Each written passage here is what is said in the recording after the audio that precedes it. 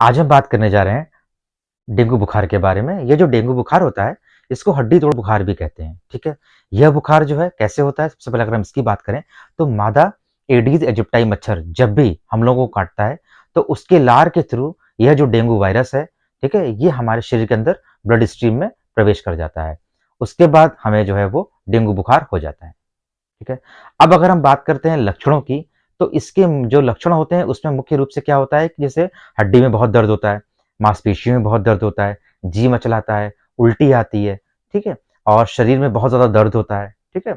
और जो है सिर दर्द बहुत भयंकर होता है, बहुत ज़्यादा मुँह सूखता है ना? और आँखों के पीछे बहुत दर्द होता है, मतलब देखा जाए तो पूरे शरीर में सर से लेके पैर तक बहुत ज़्यादा जो है वो पेशेंट को दर्द होता है। अब अगर हम बात करते हैं कि आखिर हम कैसे पहचानें कि डेंगू हो गया है, तो उसके लिए कुछ लक्षण तो पहले से ही पता चलने लगते हैं, ठीक है? जैसे बहुत ज़्यादा शरीर में दर्द हो रहा है, बिल्कुल लग रहा है जैसे शरीर टूट जाएगा, हड्डियाँ टूट जाएँगी, इस तरह का दर्द होता है। फिर अगर हम जब टेस्ट कराने जाते हैं, तो हम जो है वो NS1 डेंगू टेस्ट कराते हैं, ठीक है? या फिर हम एंटीजन एंटीबॉडी टेस्ट कराते हैं। फिर टेस्ट कराया जाता है एंटीबॉडी जिसमें कि आईजीएम और आईजीजी एंटीबॉडी जो है वो ब्लड में देखी जाती है। आरटी-पीसीआर टेस्ट भी कराया जाता है और इस तरह के टेस्ट करा के हम ये जान पाते हैं कि पेशेंट को डेंगू हुआ है या नहीं। अब हम बात करते हैं अगर इलाज की, तो ये जो पेशेंट होते हैं इनकी बॉडी में पानी का जो लेवल होता है उसका मेंटेन होना बहुत ज़रूरी है। इसलिए ऐसे पेशेंटों से कहा जाता है कि वो अधिक से अधिक पानी पीने का प्रयास करें। अगर पानी पी मुँह कड़वा लग रहा है तो नारियल पानी पी लें, ग्लूकॉन-डी घोल के पी लें या फिर आप जो इलेक्ट्रॉल घोल के पी लें। किसी भी तरीके से अपने शरीर के अंदर पानी की कमी ना होने दें। दूसरी बात है, ऐसे पेशेंटों को दर्द बहुत ज़्यादा होता है, तो उनसे कहा जाता है कि आप अधिक से अधिक आराम करें, ठीक है? बहुत ज़्यादा घूमे-फिरे नहीं, ठीक है? अगर मान लीजिए पेशेंट थोड़ा गंभीर हो गए, यानी कि उनका प्लेटलेट काउंट बहुत कम हो गया है, तो फिर उनको बाहर से प्लेटलेट जो है उनके ऊपर चढ़ाई जाती हैं, ठीक है?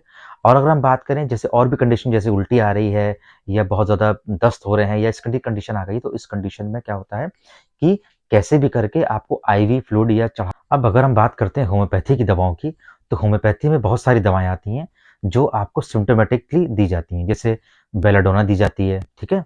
या आपकी बॉडी में बहुत दर्द हो रहा है तो उस कंडीशन में ज़िबोट्यूलियम देते हैं, जेलसिमियम देते हैं, ठीक है? ब्राइनिया देते हैं, ये कुछ ऐसी दवाएँ हैं जो होम्योपैथी की दी जाती हैं।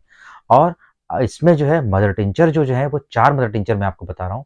ये मदर टिंचर की बराबर मात्रा को एक शीशी में मिला लें और उसके बाद उसकी 20 बूँद हर 4 घंटे पे रिपीट करेंगे तो आप देखेंगे कि आपका प्लेटलेट काउंट बहुत तेज़ी से इंक्रीज़ करेगा। इन 4 दवाओं के नाम हैं, वो है पहला है टिनोस्पोरा, दूसरा है ऑस्मियम सैन, तीसरा है एज़ाथ्रोमाइसिन इंडिका और चौथा है कैरिका पपाया, ठीक है? ये 4 दवाओं के मदर टिंचर जो आते हैं, इनको आप एक शीशी में ले लें और उसके बाद मिलाने के बाद 20-20 बूँद हर 4 घंटे में प्रयोग करें।